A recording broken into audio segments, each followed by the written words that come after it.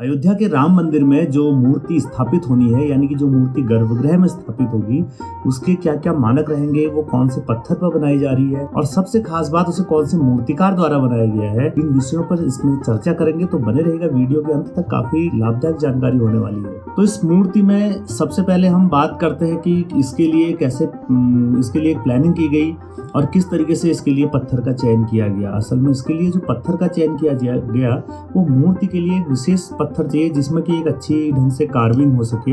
तो इसके लिए नेपाल से पत्थर मंगाया गया और साथ ही राजस्थान से और कर्नाटका से इसके लिए पत्थर मंगाए गए। तो उसके बाद जब वो पत्थर अपने परीक्षण में देखा गया तो उसके बाद कर्नाटक और राजस्थान का पत्थर उसके लिए पास हुआ। राजस्थान का पत्थर जो है वो व्हाइट संगमरमर है और कर्नाटका का जो है वो ब्लैक स्टोन है, जो कि कटिंग में थोड़ा सॉफ्ट रहता है। तो इनका चयन किया गया। उसके बाद बात आती है कि कौन से मूर्तिकार को इसके लिए चयन किया गया। असल में मूर्तियों के लिए 3 मूर्तिकारों का चयन किया गया है। 3 मूर्तिकारों में है मूर्तिकार श्याम नारायण पांडे, गणेश भट्ट और अरुण योगीराज।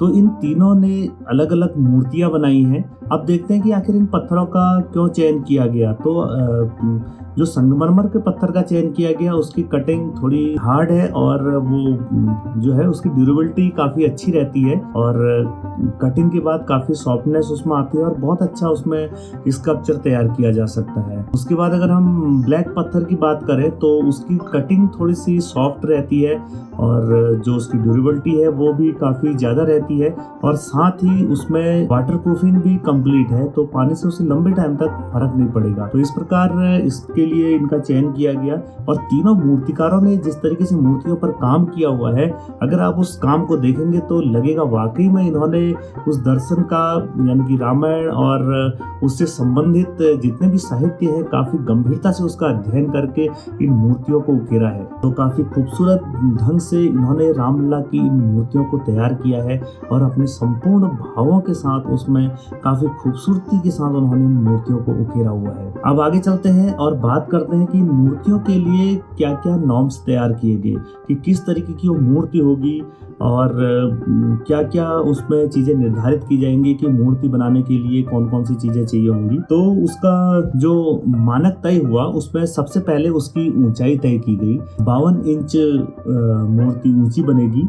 मूर्ति जो है वो कमल दल पर खड़ी होनी चाहिए, यानी कि कमल दल के ऊपर उसका जो आसन है वो कमल दल का बने और उसके ऊपर जो है मूर्ति बनाई जाए। हाथ पर तीर और धनुष जो कि उनकी मुख्य पहचान है। और सबसे अहम बिंदु जो इसका है वो ये है कि मूर्ति 5 साल के बच्चे के समान कोमलता लिए हुए हो। तो इन पॉइंटों को रख कर ये मूर्ति तैयार की गई है।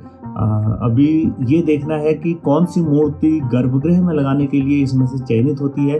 तो सभी को बेसब्री से इंतजार होगा और जल्दी वो समय हमारे बीच में आएगा। अगर जो भी मूर्ति गर्भगृह में लगती है फिर हम उस मूर्ति पर चर्चा करेंगे कि कितनी कलात्मकता से कौन सी मूर्ति उसमें चयनित की गई है। अभी तक ये एक्सपोज नहीं हुआ है, लेकिन 3 मूर्तिकारों को फिलहाल इसका जो है काम दिया गया है और इसी के साथ ही वहां पर अन्य मूर्तियां भी तैयार की गई हैं। सारे मूर्तिकारों ने काफी खूबसूरती के साथ इन मूर्तियों को उकेरा हुआ है। चलिए देखते हैं इन 3 मूर्तियों में से कौन सी मूर्ति स्थापित होती है, लेकिन जो भी होगी उसमें प्रभु राम के अद्वितीय दर्शन हमें मिलेंगे।